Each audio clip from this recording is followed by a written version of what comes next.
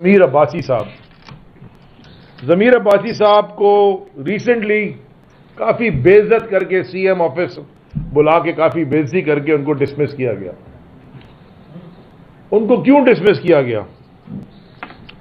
ज़मीर अब्बासी साहब ने एक स्कैंडल डिस्कवर किया, बड़ा फाइनेंशियल स्कैंडल डिस्कवर किया, अनअर्थ किया और सवाल पूछे। वो क्या था? वो ये गोस्ट एम्प्लॉइज का था। सिर्फ 38 डिपार्टमेंट है, एक ही डिपार्टमेंट में, सिर्फ लोकल गवर्नमेंट के डिपार्टमेंट में उन्होंने साढ़े पांच हजार इलीगल एम्प्लॉइज उन्होंने डिस्कवर किए, जो कि billions of rupees tax payer के पैसे जो है उन पर तनख्वाहें ले रहे थे। कोई इश्तिहार के बगैर उनको रखा गया और उन्होंने कुछ चीज़ें बताई भी कि जी वो फेक डॉक्यूमेंट्स में और जाली डिग्रियों में, जैसे शुजावल में 61 थे, ये हैदराबाद में 24 थे, 22 निकल गए, एक और हैदराबाद डिस्ट्रिक्ट में कमेटी में 80 निकल गए, ठट्टा में 133 डिस्ट्रिक्ट वेस्ट में, ऐसे हर जगह करते करते कोई 5,500 इलीगल एम्प्लॉइज उन्होंने पकड़े। और ये उन्होंने जब एक्सपोज करना शुरू किया और सवाल पूछना शुरू किया, उनको बुला के काफी बेइज्जत किया गया मुराद अली शाह साहब ने, और उनको फारिग कर दिया गया। 38 डिपार्टमेंट हैं, ये एक की बात कर रहा हूं। मैं पूछना चाहता हूं कि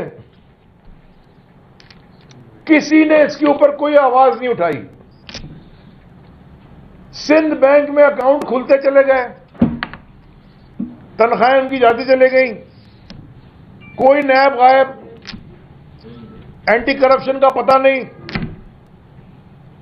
किसी ने जाके पिटीशन फाइल नहीं की हाई कोर्ट में, सुप्रीम कोर्ट ने कोई सुओ मोटो नहीं लिया और बाकी इदारों ने कोई सवाल नहीं उठाया, किसी ने आंख उठा के भी नहीं देखी। और अफसोस से मैं ये कहना चाहता हूं कि हमारे जो दोस्त हैं मीडिया के, वो भी शायद वो इतनी सारी चीजें और थी वो उसमें रह गई, तो मैंने कहा मैं दोबारा उठाऊं, क्योंकि इस सूबे में जो गोस्ट एम्प्लॉइज का इशू है वो इसको लेके डूब रहा है। और हमारे जो एमपीएज हैं, खासतौर पर ये फिरदौस भाई और अरसलान और बाकी जो इसको क्लोजली देख रहे हैं, अगर आप उनसे पूछेंगे, वो आपको बताएंगे कि बजट का जो डेवलपमेंट बजट है, उसमें जाता बजट में असल में डेवलपमेंट में कितना है और तनख्वाहों में कितना है। 93% तनख्वाहों में जाता है, सिर्फ 7% की डेवलपमेंट होती है, और अरबों रुपए का ये बजट है। अब ये बताऊं आपको रखे क्यों जाते हैं। अब मैं दूसरे पॉइंट की तरफ आ रहा हूं। ये रखे इसलिए जाते हैं गोस्ट एम्प्लॉइज, सरकार के इदारों में टीचर्स बना दो, लोकल गवर्नमेंट में डाल दो, ये वो सारे, ये आपके आरओ, ये प्रिसाइडिंग अफसर बनते हैं इलेक्शन के दिनों में।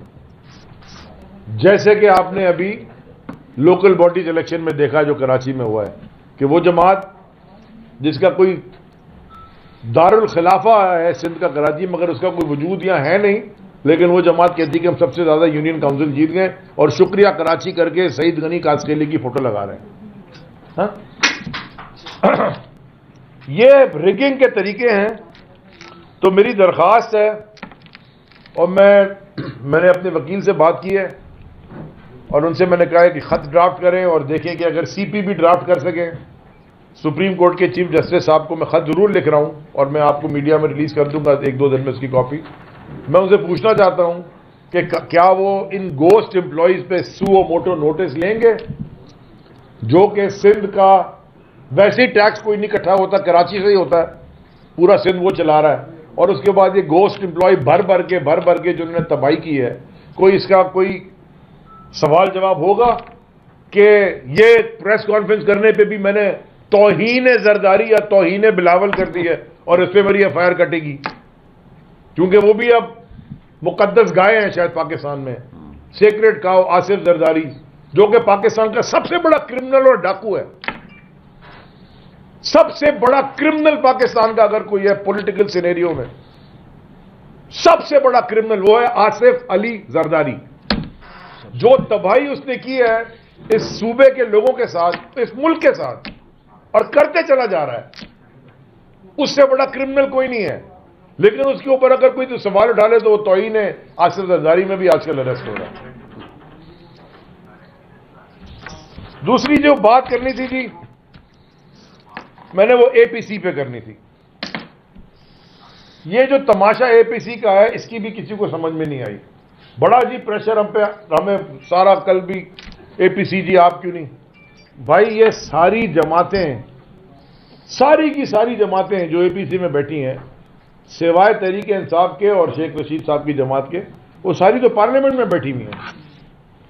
तो अगर पार्लियामेंट में बैठी हैं तो एपीसी में ऐसा क्या आपने फैसला डिस्कस करना है जो पार्लियामेंट में नहीं कर सकते? जरा ये समझा दें कि आप पार्लियामेंट से क्या छुपा रहे हैं जो आपने एपीसी में करना है। आप पार्लियामेंट में डिस्कस करें। पार्लियामेंट में आपने डिस्कस नहीं करना, आप कहते जी एपीसी बुलाओ। अच्छा, पार्लियामेंट में क्यों नहीं डिस्कस करना, एपीसी क्यों बुला रहे हैं कि शायद तहरीक इंसाफ अटेंड कर ले? जरा मुझे बताएं, इसका फिर एक मतलब तो क्लियर हो गया ना सही कि इमरान खान की इन्वॉल्वमेंट के बगैर नहीं हो सकता, तहरीक इंसाफ की इन्वॉल्वमेंट के बगैर इस मुल्क का कोई सियासी फैसला नहीं हो सकता, और अगर किया जाएगा तो आवाम नहीं मानेगी। आपको अब समझ आ गया इलेक्शन से क्यों भाग रहे हैं। ये इलेक्शन से इसलिए भागते हैं क्योंकि इनको पता है कि अगर फ्री एंड फेयर इलेक्शन हो गया ये वाइप आउट हो जाएंगे। और ये जो इलेक्शन अभी भाग रहे हैं कि खैबर पख्तूनख्वा और पंजाब में जो डेट नहीं दे रहे, ये भी एक अजीब तमाशा है। रीजन क्या दे रहे हैं जी कि बहुत बड़ा सिक्योरिटी थ्रेट है, खतरा है।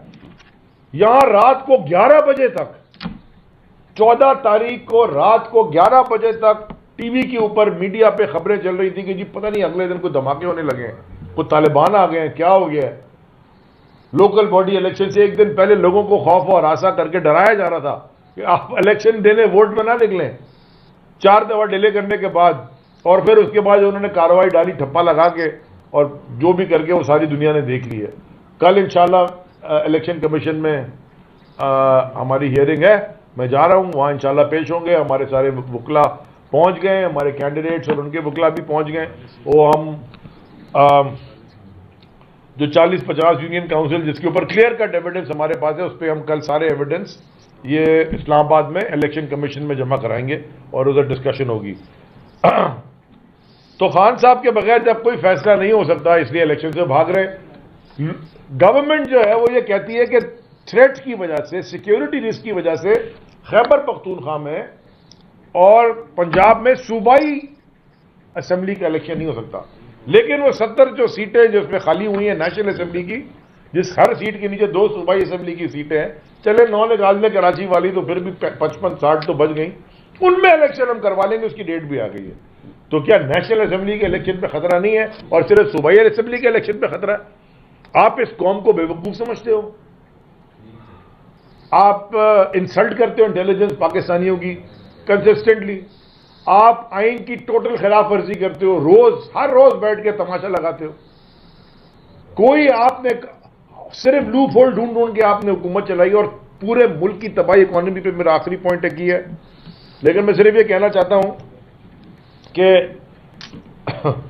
ये जब वर्ल्ड वॉर 2 हुई थी ना, वर्ल्ड वॉर 2 के बाद में इकोनॉमी पे आने से, क्योंकि मैं फिर वो एक नेशनल मैं सिंध की बात कर रहा हूं, वर्ल्ड वॉर 2 के बाद जब एलाइड फोर्सेस थी, जब नाजी जर्मनी हिटलर की फोर्सेस हार गई, तो एलाइड फोर्सेस ने जर्मनी के ऊपर जब टेक ओवर किया तो उन्होंने एक डी-नाजिफिकेशन कैंपेन की थी।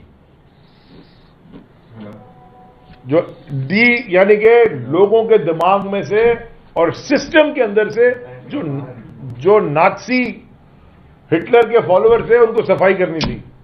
मैं आपको ये आज बताना चाहता हूं कि इंशाअल्लाह जब अगली हुकूमत हमारी तहरीक इंसाफ की पाकिस्तान में भी आएगी और सूबा सिंध में भी इंशाअल्लाह आएगी इलेक्शन के बाद, तो इस सूबे में भी एक डी-जरदारीफिकेशन कैंपेन करनी पड़ेगी। जरूरी है, क्योंकि जिस तरह के ये एम्प्लॉयज उन्होंने भरे हैं, जिस तरह के पुलिस वाले भरे हैं, जिस तरह के लोग इन्होंने सिस्टम में भरे, ये तबाही की भी है इन्होंने। तो ये जरदारीज़म को हटाने के लिए एक डी जरदारीफिकेशन कैंपेन इधर होनी जरूरी है। अब आ जाए जी जरा आखिरी बात जो मैं करना चाहता हूं, जो इस मुल्क की आज सबसे बड़ा इशू है, मईशत जो डूबे चले जा रही है, हर रोज डूब रही है। खाली मैं जाते जाते कुछ पॉइंट्स हैं, एक पॉइंट आपको बताता चलूं कि तहरीक इंसाफ की 43 मंथ्स की हुकूमत थी। उस 43 मंथ की हुकूमत में डिवैल्यूएशन हुई रुपए में। महीने का अगर आप एवरेज लगाएं तो ₹1.42 पर महीना ये डिवैल्यूएशन थी हमारी 43 मंथ्स में।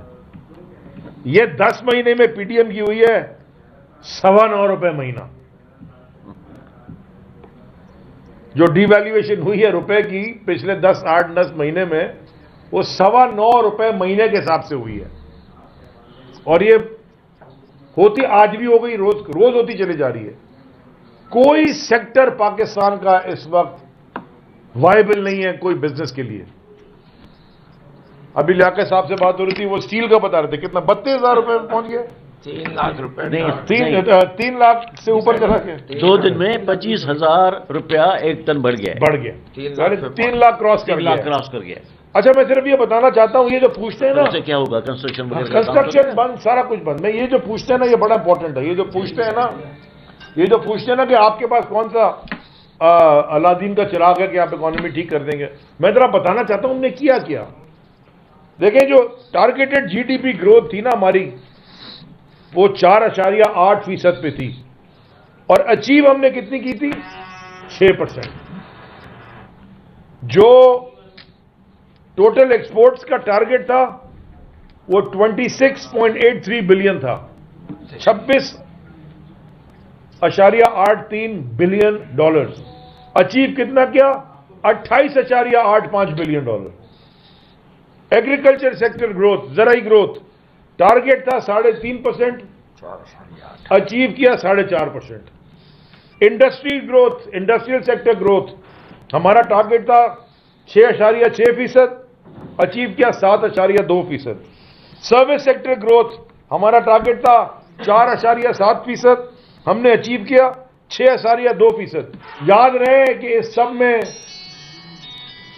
इस सब में 2 साल कोविड के आप भी डाल लें, शुमार कर लें, जो दुनिया बंद थी।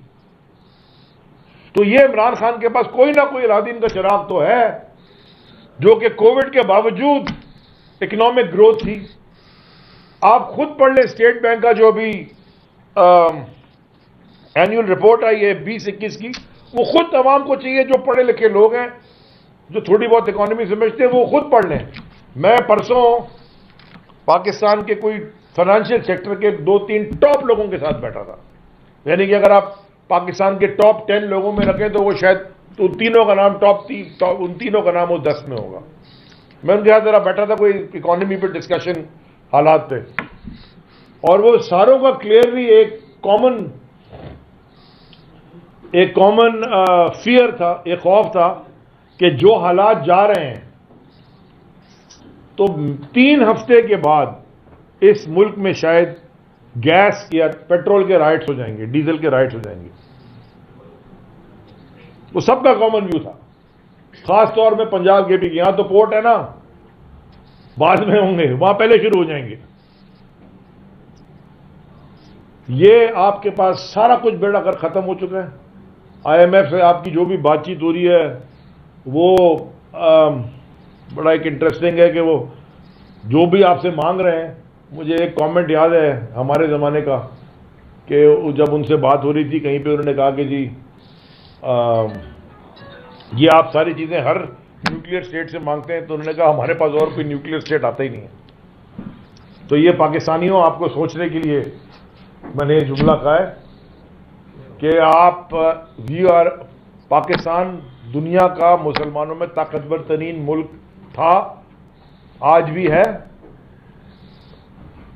आपकी फौज भी बड़ी ताकतवर है, आपके पास रिसोर्सेज, नेचुरल रिसोर्सेज भी हैं, आपके पास मैन पावर भी है, अगर आप सऊदी अरब चले जाएं, उनकी सारी डेवलपमेंट में पाकिस्तानियों का हाथ है। आप यूएई चले जाएं, उनकी सारी डेवलपमेंट में पाकिस्तानियों का हाथ है। और आप किसी वेस्टर्न कंट्री भी चले जाएं, वहां भी पाकिस्तानी जाता है, थोड़ा सा उसको इक्वल यानी कि अपॉर्चुनिटी मिलती है, लेवल प्लेइंग फील्ड मिलती है, पाकिस्तानी सबसे ज्यादा एक्सेल कर जाता है। इसके बावजूद कि यहां की एजुकेशन सिस्टम तबाह कर दी है, तालीम का निजाम तबाह कर दिया है, उसके बावजूद वो एक्सेल कर जाता है। और जो यहां से एग्जोडस हो रहा है पढ़े लिखे पाकिस्तानियों का, जो स्कूल से निकल रहे हैं पढ़ के, जो थोड़े बहुत इंटेलिजेंट लोग हैं, वो ये मुल्क छोड़ छोड़ के जा रहे हैं। तो मैं दोबारा बात खत्म करने से पहले कॉटन सेक्टर की भी बात कर लें। सबको ये कहना चाहता हूं, बिल्कुल ठीक बात की लियाकत भाई आपने, ये कॉटन का भी मैं बात कर लूं, क्योंकि आपकी एक्सपोर्ट तो है ही टेक्सटाइल इंडस्ट्री पे सारी। अच्छा, एक ये भी बड़ी इंटरेस्टिंग खबर आई थी, हुकूमत ने 5 गुना ज्यादा बोरो किया है लोकल बैंक से। और इसका मतलब यह है कि जो प्राइवेट सेक्टर बोरोइंग है, यानी कि जो प्राइवेट कंपनीज बोरो करती हैं, वो 50% कम हो चुकी हैं। क्योंकि बैंक को तो हुकूमत को देने में कोई प्रॉब्लम नहीं है सर, सॉवरेन गारंटी होती है, वो जरा खा दे देगा पैसे, जो हुकूमत बोरो कर जाएगी, बैंक के पास लिक्विडिटी कहां है देने को। प्राइवेट सेक्टर वैसे ही धंधा नहीं कर रहा, 50% बोरोइंग लेस हो गई है। स्टील की हमने बात कर ली, ट्रेडर्स ने भी थ्रेटन किया है जी कि अगर आपने ये कीमतें बढ़ाई और एनर्जी टैक्सेस ये वो, आईएमएफ की कंडीशंस में, जो भी कंडीशन है, मुझे नहीं पता क्या नेगोशिएट कर रहे हैं दार साहब, क्योंकि थोड़े दिन तो पहले कह रहे थे ऐसे कर लूंगा, ऐसे कर लूंगा, बात नहीं करूंगा, ये कर लूंगा, तड़ियां मार रहे थे। जो भी कंडीशंस है, मजबूरी तो हमारी है आईएमएफ, लेकिन ट्रेडर्स ने कंट्री वाइड प्रोटेस्ट के ऊपर किया। अगर आपने नए टैक्सेस इंपोज किए, उनको आपने ऑन बोर्ड लेना पड़ेगा, सबको ऑन बोर्ड लेना पड़ेगा। और जो महंगाई का तूफान आ रहा है, वो महंगाई का तूफान और महंगा होने लगा है, क्योंकि जब नौकरियां जाएंगी, जब टेक्सटाइल की इंडस्ट्री बंद होगी, देखे ना अभी कॉटन प्रोडक्शन आपकी तबाह है। आपने कितने बेल इंपोर्ट करने? हमारे जमाने में 7.40 बेल्स हम यहाँ खुद ही ग्रो करते थे, अभी इनके वक्त में 4.65। अभी ये है कि 3000 मिलियन बेल्स इंपोर्ट करेंगे, पैसे कहाँ हैं आपके पास? तो जो आपकी महंगाई बढ़ेगी, और क्योंकि वो डॉलर में खरीदनी है ना आपने, फॉरेन एक्सचेंज जाएगी ना, फॉरेन एक्सचेंज जाएगी ना बाहर, तो वो आप अगर वो नहीं लाएंगे तो आप एक्सपोर्ट नहीं कर सकते। तो एक बहुत बड़ा डिजास्टर पाकिस्तान को इकोनॉमिक आ चुका है। सबसे दरखास्त है होश के नाखून लें, और इसका सोल्यूशन आखिर में क्या है? आखिरी लाइन, इसका सोल्यूशन एक ही है, फ्री एंड फेयर इलेक्शंस। ये मुल्क इलेक्शन में जाएगा